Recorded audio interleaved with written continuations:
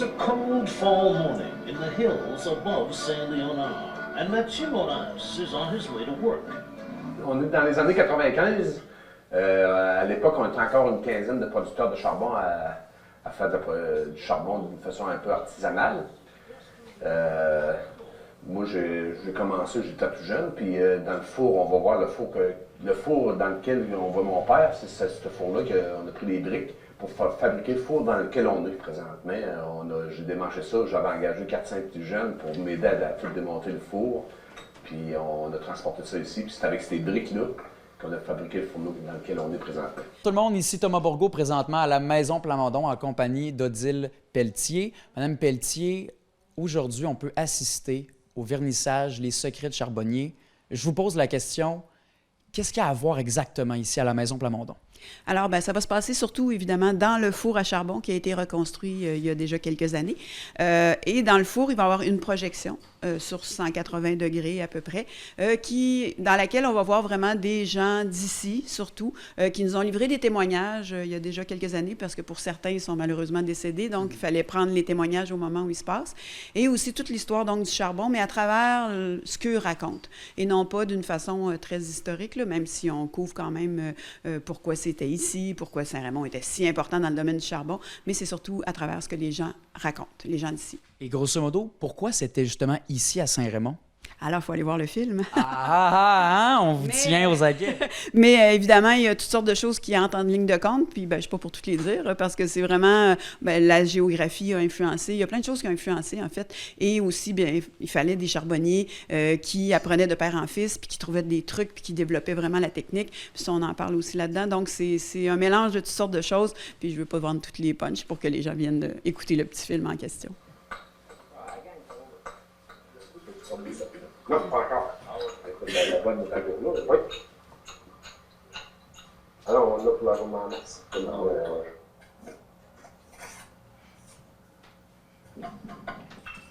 Mon père avait fait du charbon dans le temps de la guerre, comme la plupart des gens de la région. Quand des hommes qui ont bien connu cette époque-là se rencontrent pour nous partager leurs souvenirs, la lueur de plaisir qui s'allume dans leurs yeux a quelque chose de réconfortant. Comme une soirée entre amis, passée assis autour d'un feu. Les souvenirs s'allument un à un, les envahissent et les animent. En tout cas, je vous dis, c'est important qu'on voit ça pour nous autres, parce que on a tout un petit goût de boucan dans le sang, nous autres, puis tout un petit peu de bois brûlé dans le sang. Fait que c'est important qu'on voit ça, puis qu'on comprenne c'est quoi les fours à charbon pour nous autres. Puis si vous venez de l'extérieur, ben vous nous connaissez mieux, parce que vous savez que on a vécu, on est tous des enfants, des fils, des filles de charbon de bois. On a tous des gens proches de nous autres, sauf quelques-uns qui arrivaient de loin, qui étaient médecins. On a tous du charbon de bois dans le corps. Et Mme Pelletier, brièvement, votre rôle ici pour le vernissage, c'est quoi exactement? En fait, j'ai travaillé avec Denis Baribeau sur la conception du film qui est à l'intérieur du four. Donc, la recherche, aller rencontrer les charbonniers, aller prendre des images, tout mettre ça ensemble pour que ça fasse une belle histoire à écouter. En gros, c'est à peu près ça. Donc, je vais être ici pour aussi accueillir les gens aujourd'hui. Et qu'est-ce qui vous a marqué spécialement chez les charbonniers, que ce soit au niveau de la personnalité, parce qu'on s'imagine que c'est un métier qui est quand même unique. Il doit y avoir des points qui les rassemblent. En fait, ce qui nous a frappé, ça c'est il y a quelques années, on avait rencontré 4 charbonniers qui étaient venus ensemble jaser. Puis c'était le plaisir qu'il y avait de reparler de ce temps-là, puis des secrets, puis des petites choses qui ne s'étaient pas dit dans le temps, parce qu'il y avait quand même de la compétition, parce qu'il fallait qu'ils vendent leur charbon, puis il fallait qu'il soit de bonne qualité. Mais fait que c'était le fun de voir vraiment ces hommes-là qui, ensemble, se racontaient cette histoire-là. Puis après, ce qui est intéressant, au fil du temps, on a découvert aussi des femmes qui ont travaillé dans le monde du charbon, puis c'est dommage, c'est arrivé vers la fin, mais heureusement, on a pu les rencontrer, entre autres, Madame Leclerc de Sainte-Christine d'Auvergne, là, qui avait charbon de bois, feuilles d'érable, qui était vraiment une personne qui avait qui avait de la personnalité pour cette époque-là, parce qu'en général, les femmes n'allaient pas vendre du charbon et tout ça. Puis c'était exclusivement aux hommes, j'imagine, donc ça prend beaucoup d'émancipation de la part de la femme. Oui, elle est allée vendre vraiment, puis elle allait rencontrer les hommes, même si elle ne parlait pas anglais, vous allez le voir dans l'histoire, elle est très drôle, donc elle avait beaucoup de gueule, là, entre guillemets. Mais aussi, les femmes ont beaucoup participé à en faire. Il y en a une, entre autres, qui m'a conté, mais malheureusement pas dans le film, parce que ça, on a découvert ça à la dernière minute, que c'est elle qui a montré à son mari comment faire, puis qu'ils s'en sont construits un après, parce qu'elle restait à côté du gros site de charbon, puis elle avait donc collaboré avec son père puis ses grands-parents, parce que c'était toujours comme ça, là, c'était vraiment des histoires de famille. Ça aussi, c'est frappant, c'est des histoires de famille. C'est légué de père en fils, et aussi les femmes ont travaillé aussi là-dedans, plus qu'on pense. Il faut faire attention pour garder notre espace ici, en avant, là, pour pouvoir passer avec le bassin pour aller dans les mains.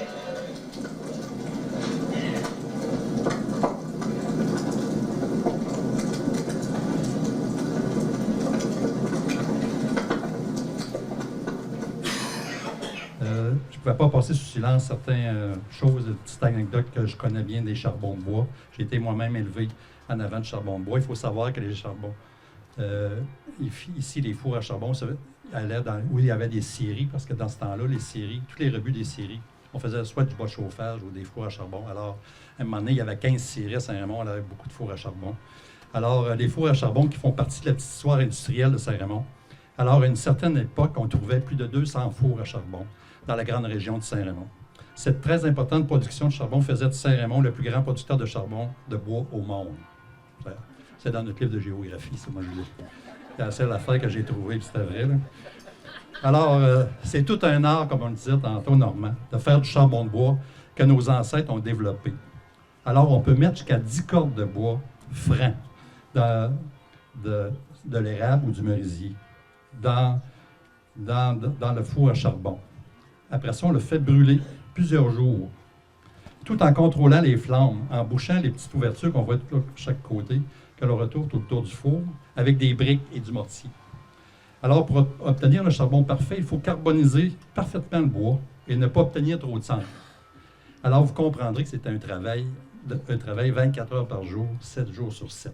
Les gens qui étaient responsables des fours à charbon, s'ils passaient tout droit et ils dormaient toute la nuit, bien, Mme Leclerc, vous devez savoir c'est quoi. Si vous passiez tout droit, vous arriviez le lendemain, c'est tout ensemble, alors vous venez de perdre votre charbon. Alors, c'était vraiment pas évident.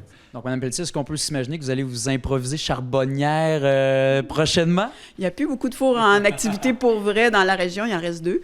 Il y en a un à qui on a dit qu'on irait peut-être ramasser du charbon avec lui là, quand tu vas être rendu à vider son four. On va voir si on va y aller. Et pour ceux qui veulent venir voir le vernissage, c'est où exactement? Est-ce que ça coûte quelque chose? Mon Dieu, là, pour les questions plus techniques, je laisserai quelqu'un d'autre. Le vernissage est ouvert à tous aujourd'hui. Après ça, les gens de Saint-Raymond, c'est vrai, c'est gratuit, l'exposition et le four fait partie de l'expo. Les gens d'en dehors, il y a un montant que je ne sais pas par cœur. Je suis désolée, vous demanderiez au plus aux responsables. 7 $! C'est 7 $ pour les gens qui ne sont pas de Saint-Raymond. On me dit dans mon oreillette que c'est 7 $. Madame Odile Pelletier, merci beaucoup pour votre temps. Merci beaucoup. Merci. Don't go look at me with that look in your eyes. You're really going away without a fight. You give me reason to let me impolite. I've told you 1, 2, 3, 4, 5, 6,000 times that I'm being obvious. And I'm being clear when it's bad out there.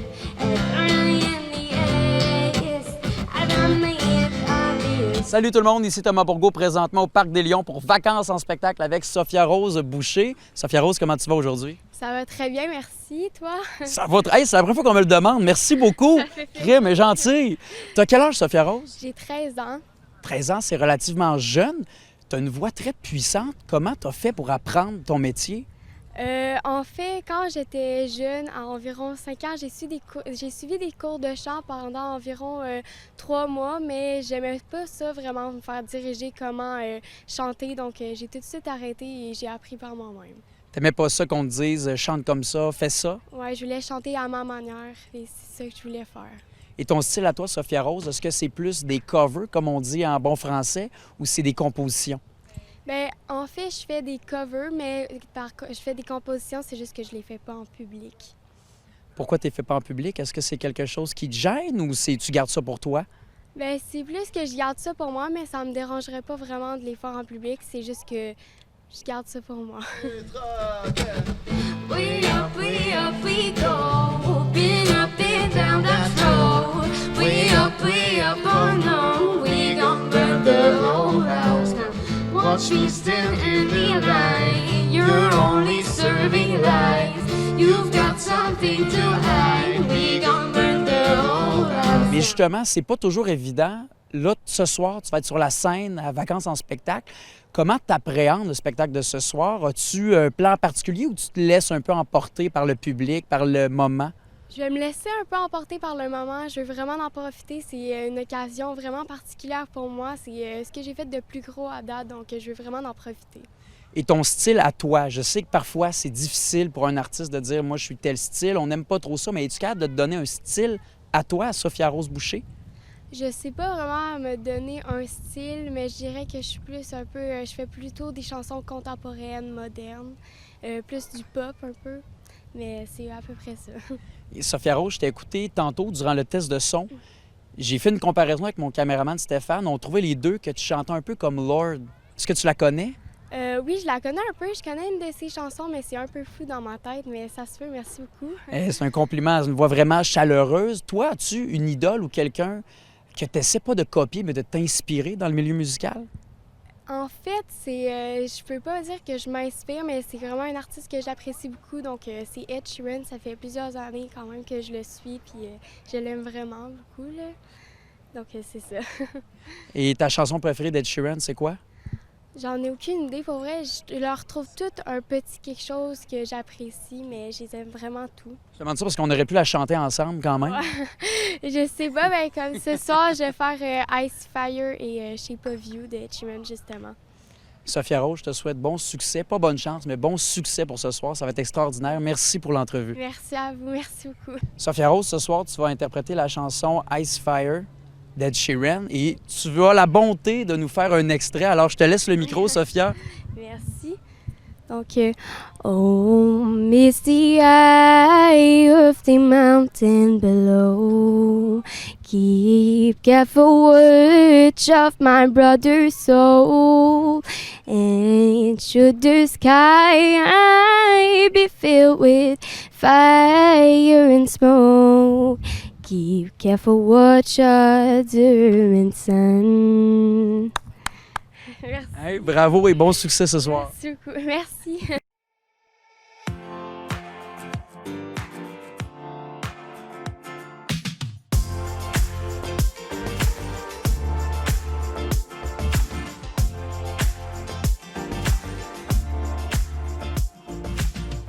Je m'appelle Annick Péloquin, j'habite à Montréal, je suis architecte et puis j'ai recommencé à être artiste, disons, en 2013.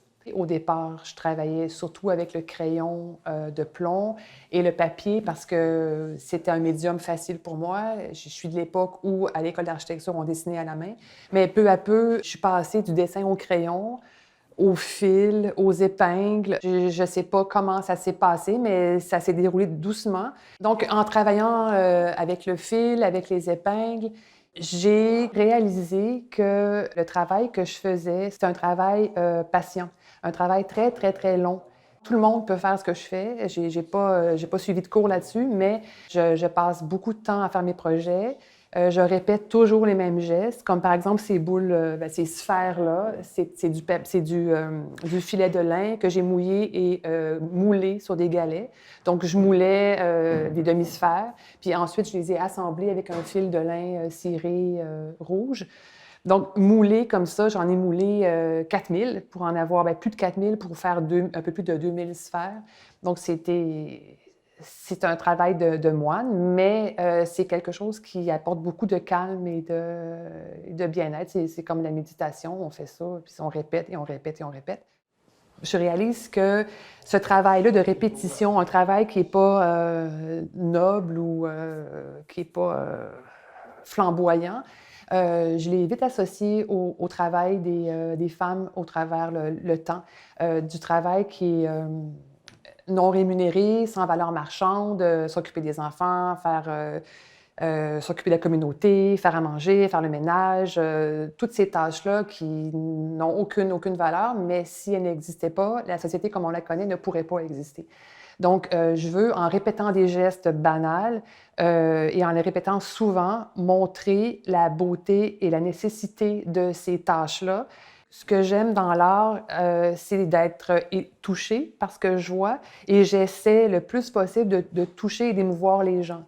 Donc, soit par la légèreté ou c'est souvent éthéré, évanescent, mais je sais que ça touche certaines personnes. Puis ça me fait plaisir. Je me dis, ben là, je pense que j'ai fait ma job.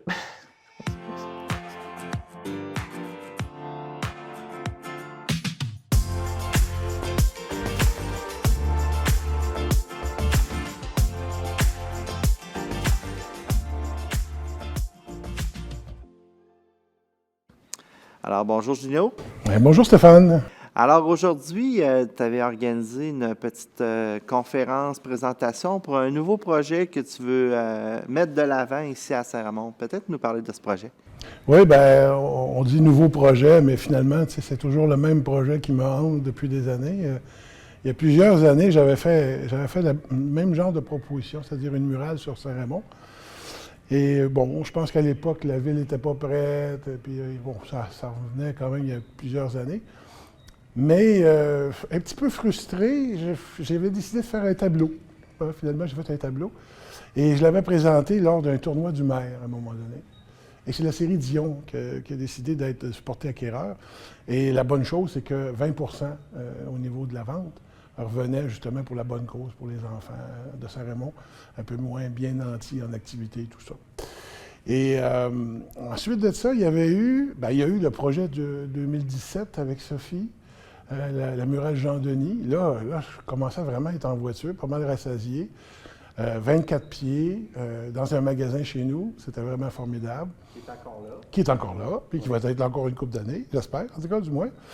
Mais j'avais encore une petite faim. Hein? C'est comme faire une murale populaire, c'est quelque chose qui doit être partagé pour le plus grand nombre possible. Et j'ai dit, il faudrait bien faire quelque chose en environnement. Je voulais que ce soit en environnement. Ou à Saint-Ramon, on a beaucoup de place à potentiel à Saint-Ramon. Est-ce que ce coup-ci, ça pourrait être la bonne? Bien, avant les fêtes, j'ai dit, ça me démangeait pas mal. Fait que finalement, j'ai fait un esquisse préliminaire. Je l'ai présenté à différentes personnes que je connaissais bien, puis très, très bien réagi là-dessus. J'ai commencé à publiciser un peu l'idée que je voulais en faire une vraie murale, 52 pouces de haut, disons à peu près cette hauteur-là jusqu'à terre, puis une centaine de pieds de long. Toujours dans la même thématique. On parle de Saint-Ramon, on parle de l'amour du territoire, on parle de loisirs, chasse et pêche. Est-ce que tu es encore dans le patrimoine? Ou... on lâche pas ça, hein, parce que, écoute, ça a été pour les autres tableaux, je n'étais pas pour faire différent cette fois-ci. Une petite différence près, c'est que là, j'ai fait une esquisse à la plume, comme ça se faisait, travailler à la plume autrefois. 12 pages collées les unes aux autres, dessinées, refaites à l'encre proprement, avec ça. Et là, je me suis dit, possibilité de le faire peut-être info-numérisé, en couleur, sur ordinateur. Bon, l'esquisse est pas mal avancée, pas mal terminée présentement. On peut toujours rajouter un petit peu. Mais la beauté de la chose, c'est que cette fois-ci, on pourrait l'imprimer sur un espèce de papier autocollant qui va à l'extérieur, sur des 4x8 en aluminium, installé où on veut l'avoir. Est-ce qu'on aurait un centre-ville qui serait prêt à le recevoir? Est-ce qu'on aurait une bâtisse qui pourrait les recevoir? Est-ce que la vallée Bras-du-Nord pourrait être un endroit potentiel de stationnement, pourrait être un endroit probable pour ça? La piste cyclable, on a plein d'endroits. Il y a même un monsieur de Chute-Panay qui m'a appelé et il dit « Gino, moi je le verrais dans le Tracel. » Ah, OK, ouais, c'est une bonne idée. Par contre, le Tracel ne nous appartient pas. On peut pas rien faire avec. Fait que, puis en même temps, on serait pris dans la Côte-Joyeuse à le regarder quelques secondes. Ça peut être peut-être même dangereux pour le trafic. Fait qu'on ne jouera pas cette carte-là. Mais en même temps, je me suis dit, on va essayer de voir les organismes qui vont être intéressés peut-être à s'approprier ce projet-là. J'ai approché la ville. La ville m'a donné une lettre d'appui. J'ai approché la Caisse populaire. Ils semblent être bien favorables pour ça. En plus de ça, j'ai été voir quelques entreprises, là, Construction Côté, entre autres, Isabelle Gelois, Arpenteur aussi, parce que dans cette murale-là, les sujets leur touchent aussi à quelque part. On touche au patrimoine, on touche à la foresterie, territoire, les métiers traditionnels, loisirs, chasse et pêche. Veux pas, il y a beaucoup de commerces qui gravitent autour de ça à Saint-Ramon. Puis l'aspect historique aussi. Les fours à charbon, hein, c'est pas nouveau. Alors, tout ça, c'est encore une fois dans la proposition que j'ai faite. Mais je ne veux pas choisir l'endroit. Je veux que ça soit fait avec la ville, les intervenants, les commerçants aussi, qui vont vouloir devenir partenaires de ce projet-là. Ce matin, c'était une présentation justement du projet à certains intervenants? Oui, en fait, j'ai eu la chance d'avoir M. Plamondon et une dame aussi du CA de la Caisse populaire, et aussi un représentant de M. Caron, Vincent Caron, notre député de la CAQ, qui est venu voir exactement quel type de projet que c'était, puis vers quoi on s'engageait. C'est sûr que j'ai proposé des honoraires là, qui sont différents parce que, comme j'ai fait pour Sophie au centre-ville, chez Romardoire, il y a une proposition en peinture traditionnelle. Et il y a aussi la proposition infographie. Infographie, l'avantage de ça, c'est qu'on pourrait changer. C'est la moitié prix, disons, de l'autre travail. Puis une fois que c'est fait, au bout de 4 ou 5 ans, quand l'œuvre est vraiment abîmée, décolorée, on peut la réimprimer pour très peu cher. Et j'ai essayé d'axer le projet. Je suis quelqu'un de Saint-Raymond, c'est pour Saint-Raymond, mais l'installation, la production, tout va se faire à Saint-Raymond, avec des entreprises de Saint-Raymond. Il faut vraiment que ce soit un projet de chez nous, par les gens de chez nous. Alors, c'était ça qui était la pierre angulaire du projet que je propose à nouveau. Puis ce matin, on n'a pas eu grand monde parce que tout le monde est occupé. Hein, c'est le printemps, après les inondations, après tout ce qu'on a vécu.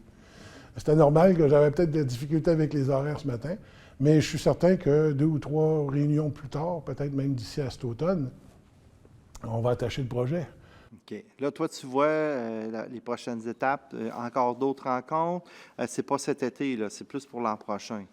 Oui, en fait, ils m'ont demandé ce matin si j'avais à la produire en peinture, combien de temps ça prendrait? Au moins 2 ans et demi à 3 ans avant de voir l'installation sur place. Pour l'infographie, comme je suis très avancé, j'ai avancé la date de printemps 2020, mettons. Si on s'entend sur l'endroit et si l'endroit est décidé, il faut aussi que la municipalité prenne en responsabilité aussi l'entretien du pourtour de la place où ça va être choisi. Il faut s'entendre, ça va être sur pilotis. Là, il y a quelqu'un qui me demandait, avez-vous pensé aux inondations? Eh oui, on ne peut pas faire autrement à Saint-Raymond, il faut penser à ça. Mais j'ai dit probablement que l'installation primaire proche de la rivière va être à la même hauteur que l'école de Marguerite-Diouville, sur pilotis de cette façon-là. Sinon, si elle sera ailleurs, elle sera peut-être en dehors justement de la zone inondable, puis il n'y a aucun problème à ça. Bien entendu, je vais approcher encore des entreprises. J'ai commencé à le faire depuis au moins le mois de décembre. Et je devrais les rencontrer individuellement. Parce que, quand on se donne rendez-vous, des fois, ça n'arrive pas toujours avec les horaires. C'est plus facile de les rappeler pour prendre rendez-vous individuel, là, pour leur montrer le projet. Mais somme toute, c'est un projet qui est, je pense, très dynamisant. C'est la première fois que ça se fait. Je ne dis pas que c'est la première murale dans Port-Neuf, mais probablement une aussi grande. Puis un projet comme celui-là, c'est le tout premier. Là. Puis j'ai assez d'expérience maintenant, puis de capacité technique de production pour pouvoir la proposer aux gens de Saint-Raymond, aux gens de chez nous. Donc, rappelons les dimensions. Là. C'est ça. 52 pouces au moins de hauteur. C'est le maximum qu'on peut imprimer sur les rouleaux maintenant pré-encollés. Et on peut aller jusqu'à 150 pieds. Mais elle, présentement, est terminée à 96 pieds. Parce qu'il faudra la faire sur des panneaux de 4 par 8, en aluminium, parce qu'il faudra que ça soit collé. Mais si c'est en peinture, ça va être comme le cresson, comme ce que j'ai fait pour Romardoire, puis ce qu'on utilise aussi pour la rénovation du centre-ville, le fameux produit qui va à l'extérieur, là, puis qui est bon pour l'hiver, les mauvaises températures, ces choses-là. OK. Puis l'objectif, c'est de la réaliser avant 2 ans, 2 ans et demi. Idéalement parlant, si on s'entendait cette année pour la peinture, je ne peux pas aller en bas de 3 ans pour l'avoir définitivement installée. Parce que l'endroit décidé, il ne faut pas qu'elle soit plein soleil parce qu'elle va se détruire assez rapidement. C'est ce qu'on ne veut pas. Autant la version infographie que la version peinture. Puis au niveau de la production, comme je ne le fais pas à temps plein, je le fais encore comme j'avais fait pour Romardoire, c'est-à-dire à temps partiel, parce que je travaille pour le CIUS encore, à temps plein. C'est sur mon temps de fin de semaine, mes fins de journée, que je travaille sur le projet. Mais disons que pour l'esquisse infographie, d'ici 6 mois, si jamais on s'entendait là-dessus, assez de partenaires pour pouvoir la réaliser, oui, printemps, mai, juin 2020, on pourrait l'avoir installée si tout le monde se met d'accord sur l'endroit où on la place.